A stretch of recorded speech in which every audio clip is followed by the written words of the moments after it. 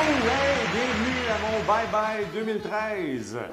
Premièrement, j'ai décidé de faire ça, un projet avec des chums, où est-ce qu'on a décidé, après avoir regardé tous les Bye Bye en 2013, de faire nos propres Bye Bye, voir si on était capable d'être au moins aussi comiques qu'eux autres. Donc, on va commencer ça rapidement. Premier événement important 2013, très triste par exemple, c'est au niveau de l'accident du lac Mégantic. Quand c'est arrivé, je suis certain que la gang à LCN, Nouvelle TVA ou tous les départements de nouvelles au Québec ont fait Yes! On fait quelque chose qui ne sera pas la température, les verglas, la neige, peu importe. Sauf que là, à un moment donné, il faut en revenir. On en entend parler à toutes les semaines. Il y a des documentaires, des spectacles bénéfices. Il va falloir que ça arrête.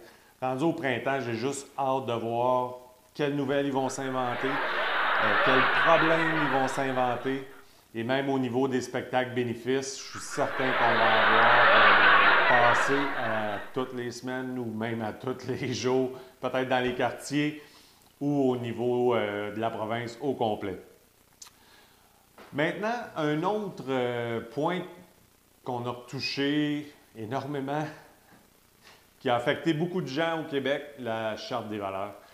On sait que maintenant, on n'a plus le droit de porter aucun signe religieux ou même presque culturel en public, surtout dans le gouvernement québécois. Tous les postes qui sont en face avec le public ou dans les bureaux.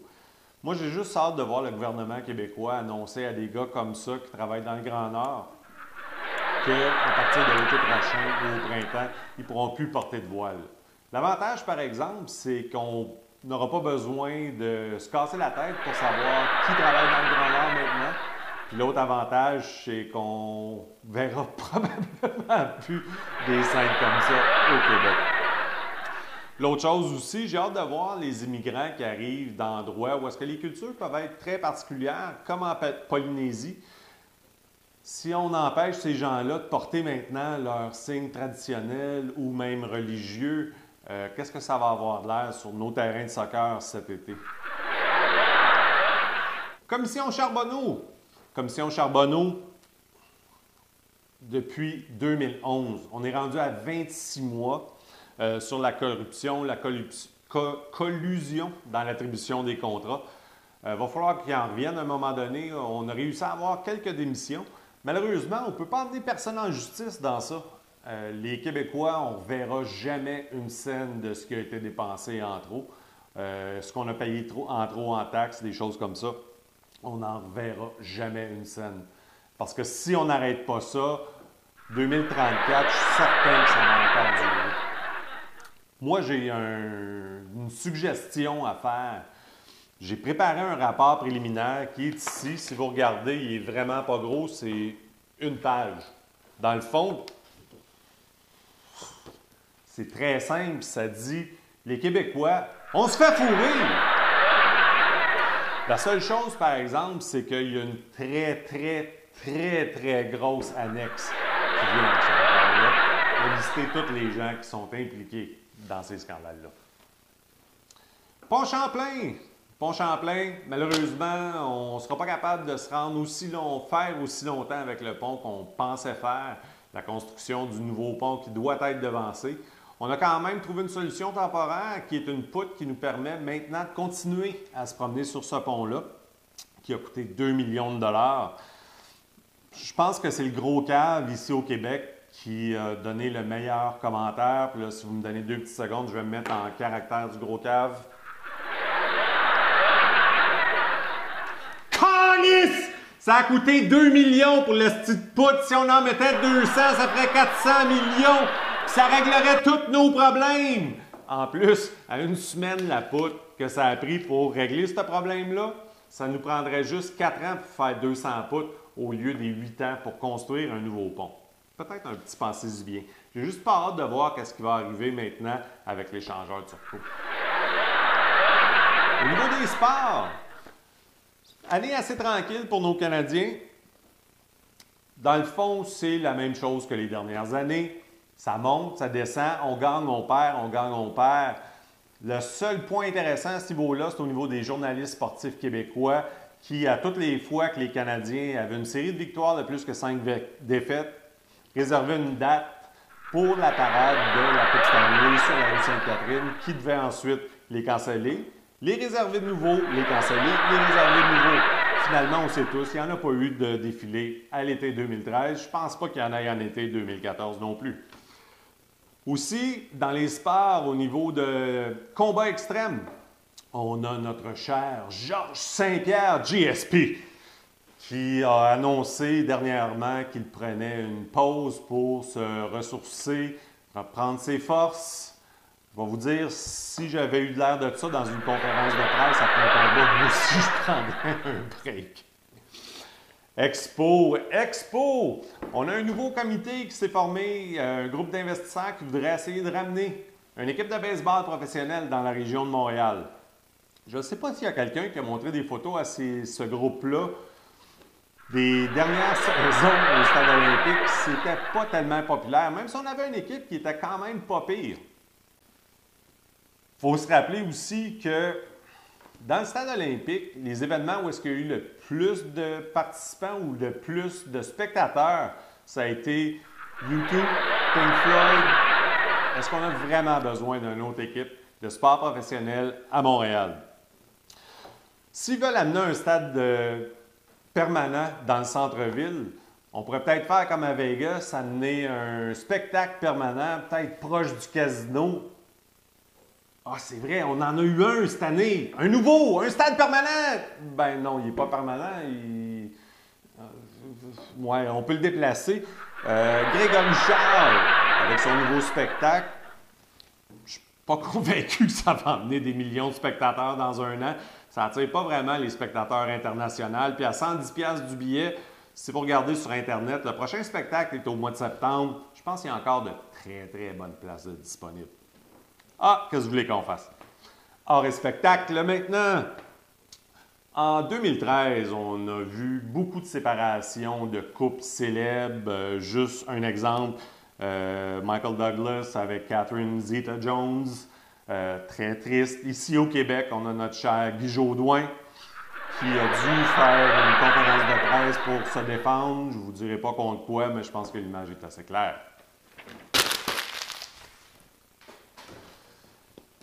Aussi, au mois de décembre, on a eu un beau rapport de la SODEC, qui est le ministère, dans le fond, de la Culture, qui rapporte qu'il y a une crise énorme au niveau du cinéma québécois.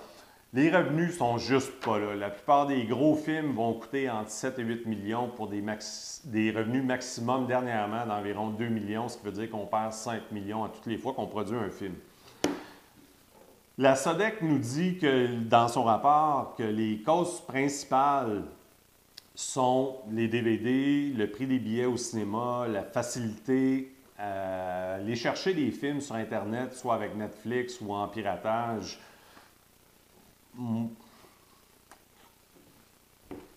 Si jamais il y a quelqu'un du gouvernement qui nous écoute, j'en aurais un autre, moi, une petite raison à mettre dans votre rapport.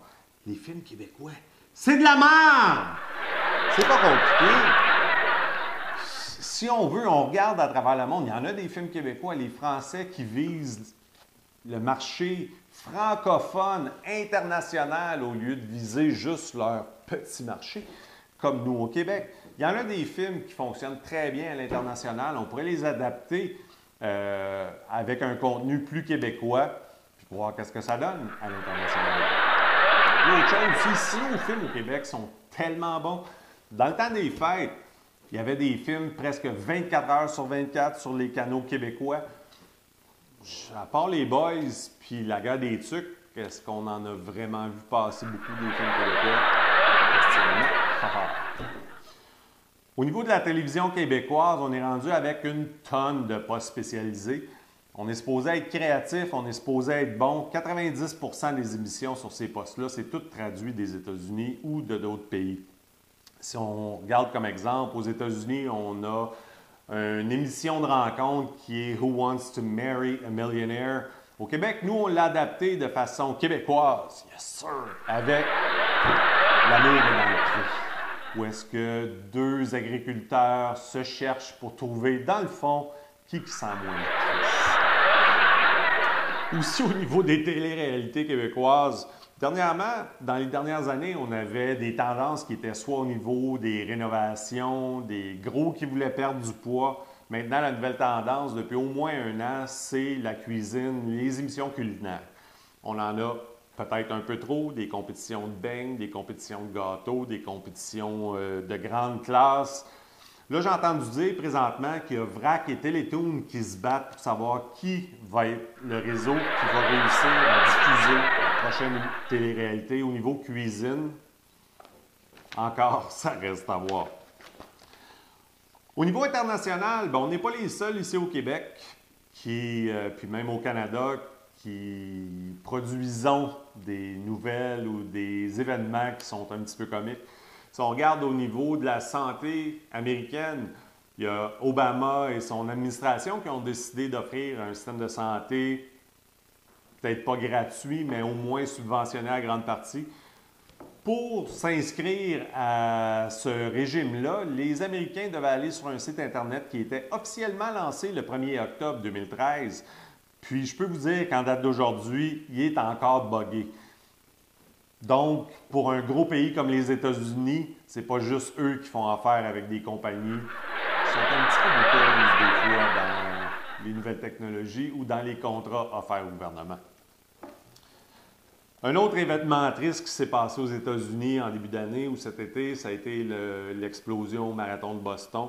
La bombe qui avait été mise par deux jeunes, pas des terroristes talibans. Un point, par exemple, important pour le marathon de Boston, c'est qu'il y a deux records qui ont été battus. Premièrement, le plus de participants qui n'ont pas fini la course. Et deuxièmement, le plus de participants qui ont brisé leur record personnel. Je vais vous dire, ça courait en tabarnak dans le dernier mille après que ça ait sauté. Ensuite, dernièrement, une des très drôles dans un événement qui était triste, l'enterrement de Nelson Mandela, son décès, on le sait tous, dans la cérémonie pour se remémorer tout ce que Mandela avait fait. Il y avait un traducteur pour le langage des sourds qui, on a appris par la suite, était un schizophrène qui ne prenait plus ses médicaments. Donc, ce traducteur-là s'est servi d'environ 10 à 11 signes différents pour traduire tous les discours qui ont été faits par les différents orateurs. Avec des experts, il a été déterminé que le signe comme ça que vous voyez faire régulièrement par le traducteur est vraiment le mot cigarette. Ça n'a aucun rapport avec les discours. Je ne pense pas que cette personne-là va se trouver un autre emploi prochainement dans cette fonction-là, dans d'autres événements similaires. Par exemple, on lui aurait peut-être trouvé un poste qui pourrait satisfaire à ses besoins. Madiba would emerge as the last great liberator. Donc, pour les personnes qui ne parlent pas anglais, ce que je vais faire, c'est qu'on a un autre événement qui s'est passé ici au Canada qui n'a pas besoin d'explication, on n'a même pas besoin de s'inventer des blagues. C'est le cas de notre chère maire de Toronto, que les anglophones appellent maintenant « The Crack Smoking Mayor of Toronto ». Donc, après mon remerciement, je vais vous passer une boucle d'environ 6-7 minutes de différents événements. Malheureusement, c'est en anglais. Donc, j'espère que vous allez apprécier. Merci beaucoup d'avoir pris le temps de regarder mon vidéo. Moi, j'ai eu beaucoup de plaisir à le faire. En bas de la page, il y a deux boutons.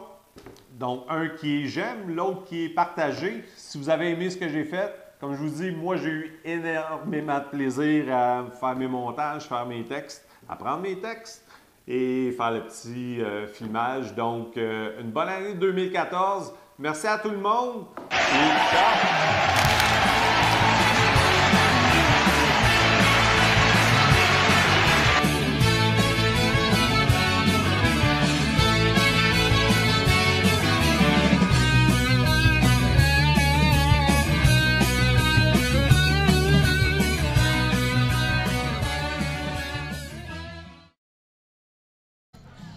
Edie! Yellow Edie! Say that!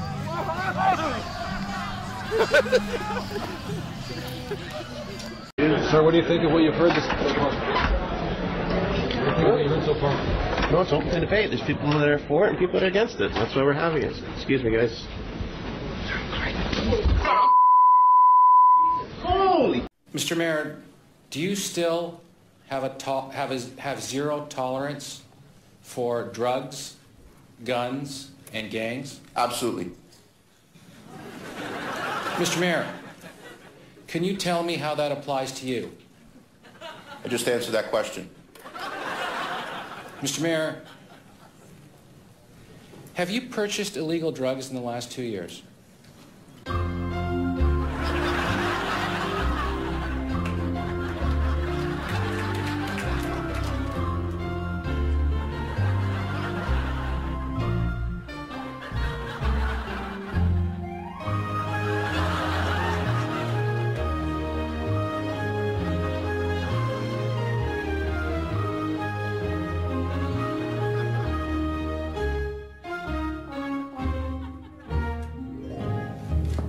Yes, I have.